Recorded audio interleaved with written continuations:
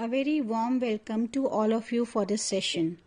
All the learners and viewers, you must be thinking that can we sell human beings in a market, in a heart, or on an online platforms? Because we have a lot of online platforms, where we buy goods and sell goods. So can we also sell a human being as a product and purchase a human being as a product? If yes, we are selling and purchasing a human being, that means we are doing human trafficking. Because in the 5th generation of human rights, you cannot, use my vulnerability and say that I have consented to be tortured, abused, and my human rights, my fundamental rights and my constitutional rights are violated just because I give you consent to be abused. So can I give you consent to be abused? No. Any consent which is illegal is not a consent as per the Indian Contract Act. So we will define human trafficking because still you don't understand the definition of human trafficking. Because if I say that you purchase or you sell a human being or a child or a female or a male, it can be for any purpose. You need people to work in your restaurant or your massage parlor, at your home as domestic helpers, in your factories, and then you abuse the rights of that person. You abuse the codes, the 4 labor codes which are there in the country, and you also abuse different legislations which are there for labor laws protection. It can be, the minimum wages. Then it can be, the Hazardous Occupation Act. So it can be different legislations which you are manipulating for your profit. Then it is human trafficking. So while we will define human trafficking, you will understand that ignorance of law is no excuse. So you cannot say that I was not knowing, I just wanted to make profit. I did not wanted to pay minimum wages, or I do not wanted to follow the 4 labor codes because I don't know about these codes. So I don't know the wage code. So can I violate the provisions of the labor code? Or if I am not aware about the Constitution of India, then can I violate the fundamental rights of other person? No. So when we talk about human beings, you cannot sell human beings and you cannot purchase human beings, and I cannot consent for being trafficked. I cannot consent that, okay, fine, you want a mail order bride and I want really to become your bride, so I will agree because of my vulnerability and become your bride. Or maybe, for few days when you want to go abroad or to a destination in India and you want somebody as a partner for 5 days, 4 days, 3 days, and you contact me and then you do a contract, that is not a valid contract. Similarly, when you want somebody to work as your bonded labor is prohibited in India. If you want to get somebody who can do begar for you, you don't have to pay, or you are paying in cash or kind. So that also needs to be regulated by the Act, because the payment has to be there as per the work and as per the provisions laid down in the labor codes. So you cannot say that, okay, I paid him 100 rupees, but if that is not worth the labor which he is putting for you, or you are not making payment, but you are thinking that somebody has taken loan in his family and that person is repaying that loan in form of work, then that is exploitation. You want somebody to, sell your drugs, or you need somebody's organ to save somebody in your family, then there is an organ transplantation act. So you have to be very particular. For pornography also, you cannot visit, child pornographic sites or websites or photos. And if you see something in your mobile, on your social platform, then you have to report it. In online gaming also, you cannot, violate somebody's rights. So you have to be very particular that for your benefit, for your amusement, for your, saving some money, or for your business, you cannot manipulate a person's vulnerability. Then Article 21 is very important, It guarantees your right to life with dignity and worth. So it says no person shall be deprived of his life and liberty except by the procedure established by law. And the procedure established by law never says that you can compromise somebody's dignity or worth. So it is very important that you cannot, do away with a person's dignity because that person is not aware of his or her right, or you do away with that person's dignity in the name of false consent. You do something to manipulate or, misinform that person. Even when you are trafficking that person, it is very important that if you traffic a person thinking that that person has consented, or the guardian or the family members have consented, and you are abusing that person, you are violating his rights, you are violating the provisions of the law, then you will be penalized under the law. So we see globally that people are being trafficked from one place, that is origin. The transit is the entire, the period from where you have been moved at different locations, and then the destination. But in today's time, sometimes the origin is also the same room in your house. Transit never happens, and the destination is also your house. So somebody on the gaming platform is exploiting you, so you don't have to move. So this origin, transit and destination can do away in the modern days due to AI interventions, due to technological interventions. It is possible that your dignity, your worth is compromised in your own home. So we say that people, and especially children, have to use technology very consciously. So if I refer to the protocol to prevent, suppress, punish trafficking in persons, especially women and children, then Article 3, paragraph A talks about the definition of trafficking. It says trafficking in person as a recruitment. When you recruit somebody, you transport somebody, you transfer somebody, you harbor somebody, or you receive a person by means of threat. So one thing is very important, that threat has to be there. So that person has not agreed out of love, out of affection, out of, something that he wants to do, but he has agreed because you have imposed threat, or you have forced him by coercion, abduction, fraud, deception, or abuse of power, or of a position of vulnerability, or of the giving or receiving of payments or benefits to achieve the consent of a person having control over another person for the purpose of exploitation. So it is very important that whenever you recruit a person, you harbor a person, you are using threat, and the purpose of recruiting that person, appointing that person, harboring that person, receiving that person, and taking consent from his family members or legal guardian is to exploit that person. So if the purpose is exploitation, then that is illegal. So you cannot exploit a person and say that I have taken consent. No. Consent cannot be for illegal activities, and consent cannot be taken from vulnerable people or their guardians in the guise of, a better lifestyle, or for a better, payment term, or, somebody who has got power over me.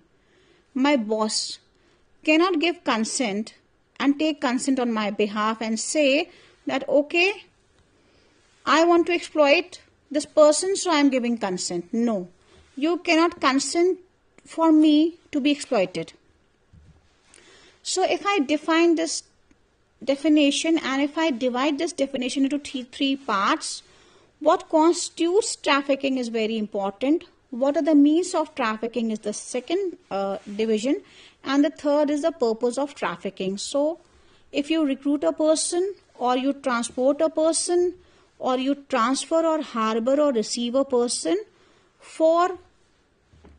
by using threat or force, by using coercion, fraud, abduction, abuse of power, abuse of vulnerability, or allurement, then the purpose of allurement or fraud or deception or coercion is exploitation, torture and violation of human rights, prostitution and sexual exploitation, forced and hazardous labor, slavery, begar and organ trade, beggary and illegal activity and employment. Then this comes in trafficking. So you have to be very conscious, that trafficking occurs across the borders within the country. So it is not something which is very local to a particular city in India or only at national level. Trafficking is at international level. It does not matter, whether the country is developed or developing, or what part of the country you are living in. So trafficking happens across the globe, and it is very important to address the issue of trafficking having a multi-dimensional approach by talking to people cross border and understanding the vulnerabilities of the people who are being trafficked, and address the issue of vulnerability at the local level so that people are not trafficked.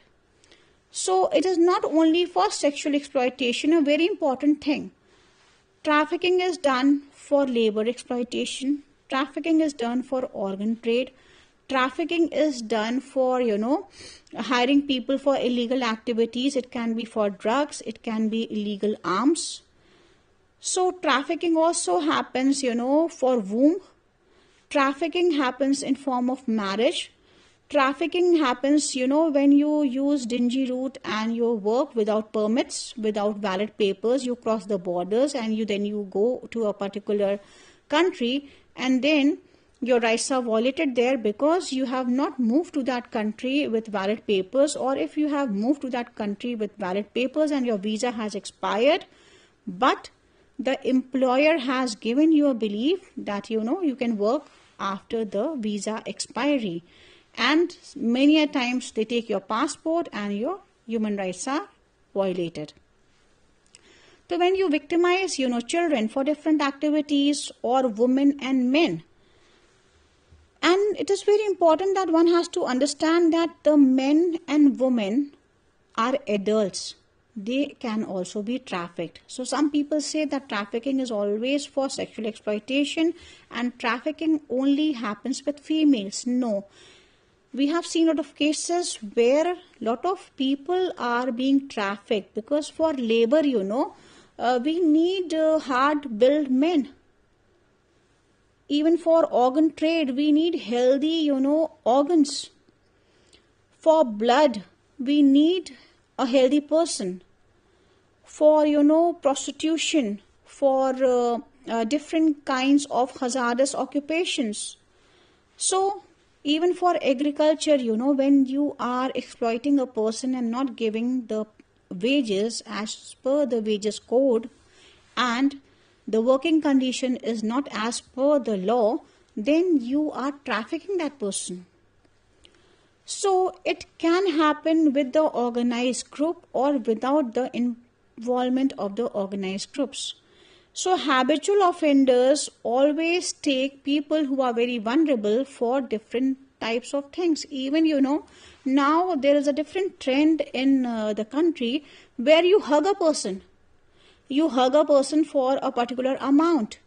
But this is also a form of trafficking. Then Goa Children Act 2003 is a very welcome legislation because for the first time in India, child trafficking was defined under Section 2Z of the Goa Children Act.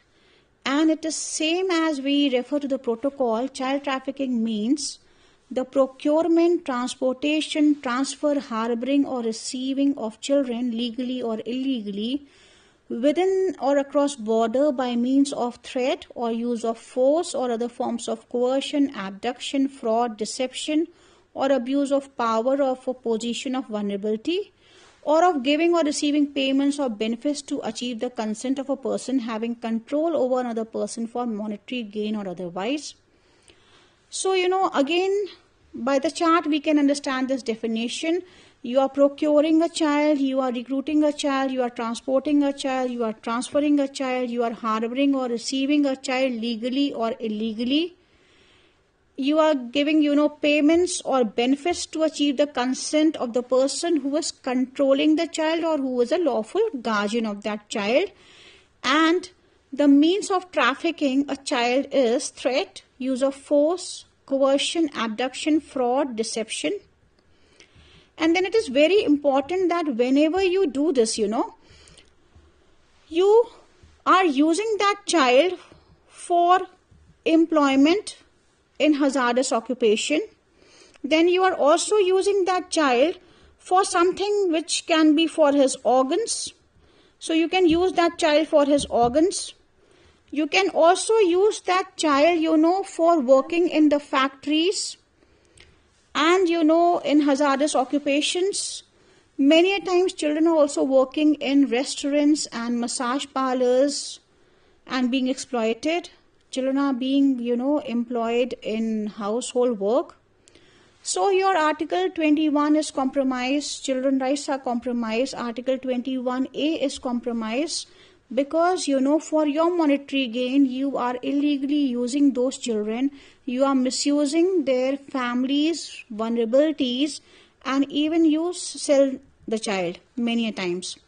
Then Immoral Traffic Prevention Act 1956 also defined, 3 terms. First is Section 2A talks about brothel. What is brothel?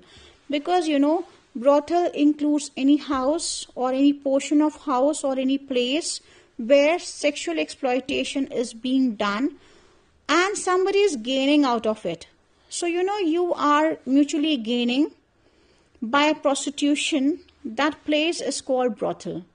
Then prostitution has been defined by Section 2F, which means the sexual exploitation or abuse of person for commercial purposes, and the expression prostitutes shall be construed accordingly. So it is very important that you understand that 2F defines prostitution in 1956. So trafficking police officer means a police officer who is being appointed by the central government under subsection 4 of Section 13. This is defined in Section 2J of the Immoral Traffic Prevention Act. Then Bharatiya Nyaya Sanhita is very important, with the advent of technology, with the advent of new types of crimes. It is very important that we have a legislation which deals with new kinds of offenses, which talks about, intergenerational crimes and intragenerational crimes, which also focuses on technology-driven crimes and, also talks about handling those crimes with technology.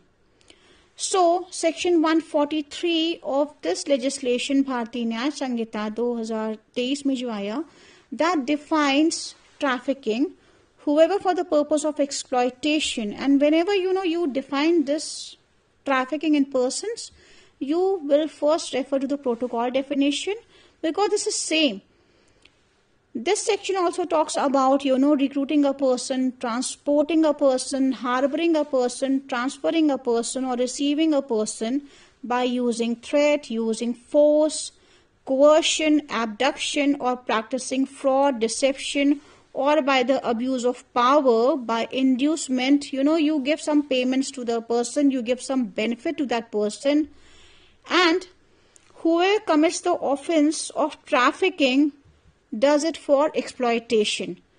And exploitation has been explained here that exploitation not only means physical exploitation, but any kinds of sexual exploitation, slavery, practices similar to slavery, servitude, begar, forced removal of organs, and the consent of the victim is immaterial in determination of the offense of trafficking. So now it is very clear that you cannot say that that person has consented to be trafficked. So you cannot say that, I took the consent of the family or the family head or the parent or the legal guardian, and then I am torturing this person.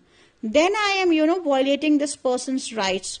Then a basket of human rights, legal rights, and fundamental rights are violated, but I have taken consent. Any consent which is illegal is not a valid consent.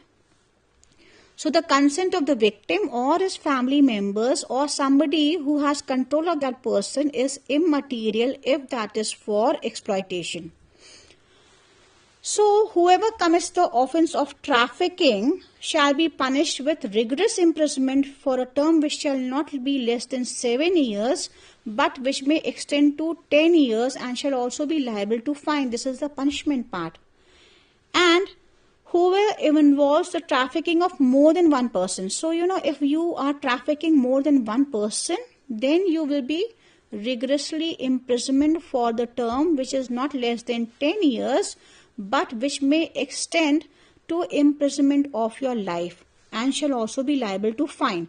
So, when you are trafficking one person, you will be, having punishment as rigorous imprisonment for 7 years, and that can also extend to 10 years with fine.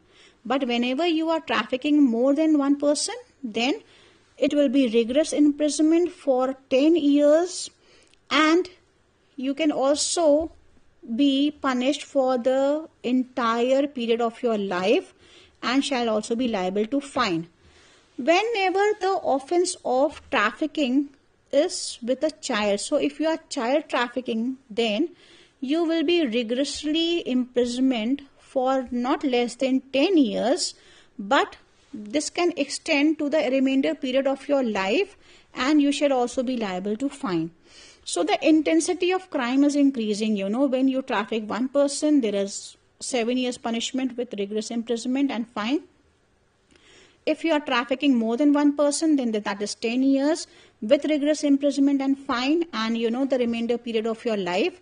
If you are involved in child trafficking, then also minimum punishment is 10 years with rigorous imprisonment, which can extend to the entire period of your life and fine.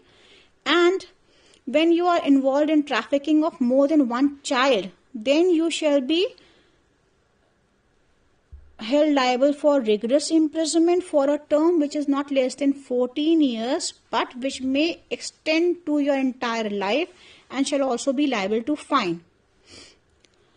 So, if a person is convicted of the offense of trafficking of child on one or more occasion, so if you are a habitual offender, then that person will be punished with imprisonment for life, and imprisonment for life has also been defined as a person's natural life and shall also be liable to fine.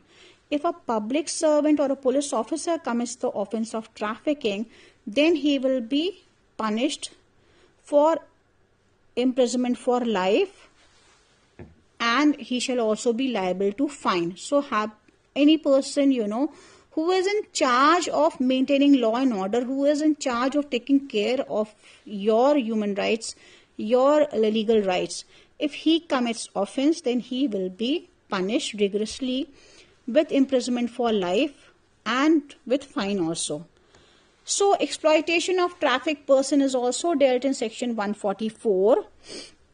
So whoever exploits, a child, the sexual exploitation will be punished with rigorous imprisonment for a term which shall not be less than 5 years, but which may extend to 10 years and shall also liable to fine. So it is very important that the intensity of crime increases, the punishment also increases. So 144.2 also talks about, if a person has been engaged in sexual exploitation, then he shall be punished with rigorous imprisonment for not less than 3 years, but this punishment time can extend to 7 years or with fine. And whenever you are dealing with slaves, you are importing or exporting or removing or selling traffics or deals in slave, that person will be punished for imprisonment for life, and It can also extend to 10 years and shall also be liable to fine. So if you are involving a person in compulsory labor, then under section 146 of Bharatiya Nyaya Sanhita, you are forcing a person, so you will be liable for punishment for 1 year and with fine or with both. So it is very important that whenever we talk about trafficking, we cannot say that I have taken consent of that person, so I can traffic that person, I can exploit that person. No, you cannot traffic or exploit a person. Or, you cannot take consent from the legal guardian or for somebody from his officer and say that I can exploit that person. So your monetary gain is very important. Your business cannot flourish, at somebody's, existence. So you cannot say that I am a businessman, I am contributing so much in social responsibility, CSR activities, I am, paying taxes to the government. Then if I am hiring people and abusing their rights, they are vulnerable and they have given consent. So it is not exploitation. No, it is not true. You cannot say, that online gaming platform is there, or I am using social networking sites and I am, exploiting a person's vulnerability because that person has given me consent. So you cannot exploit somebody and say that that is legal. Similarly, we have trafficking police units. So they are empowered, they have to protect somebody from being trafficked, somebody who is very vulnerable. Vulnerability can be of different things, vulnerability in terms of illiteracy, vulnerability in terms of poverty, vulnerability in terms of caste, creed, language, vulnerability in terms of social status and community life, vulnerability in terms of, necessity. So you cannot make use of a person's vulnerability and argue in the court of law that that person has been exploited, but he really wanted to be exploited. Nobody wants to be exploited. So you have to ensure the fundamental rights which are available to all people, irrespective of their caste, creed, religion, and you cannot consent to be trafficked. Similarly, human rights are there for all. You cannot take somebody's human rights and say that I have consented, that person has consented, and I have also, signed this contract. Many people, sign a contract for illegal activities. You are asking my womb, and then you say that you did a contract with me, and so you will exploit my womb. No. Even for my organs, you cannot exploit me. And it is very important that the schemes and programs of Government of India and different states reach to people so that the vulnerabilities are removed. So in the end, it is very important that we as citizens understand what is trafficking, prevent ourselves from being trafficked, prevent our family members from being trafficked, because trafficking never happens in a public place. It can also happen in a secluded place and a safe place like home or a room. So you have to be aware about your rights, and any trafficker, any employer who traffic people, and who use their vulnerability for illegal purposes, for exploitation, cannot take the defense later on that that person has consented. Thank you all for listening. Have a great day.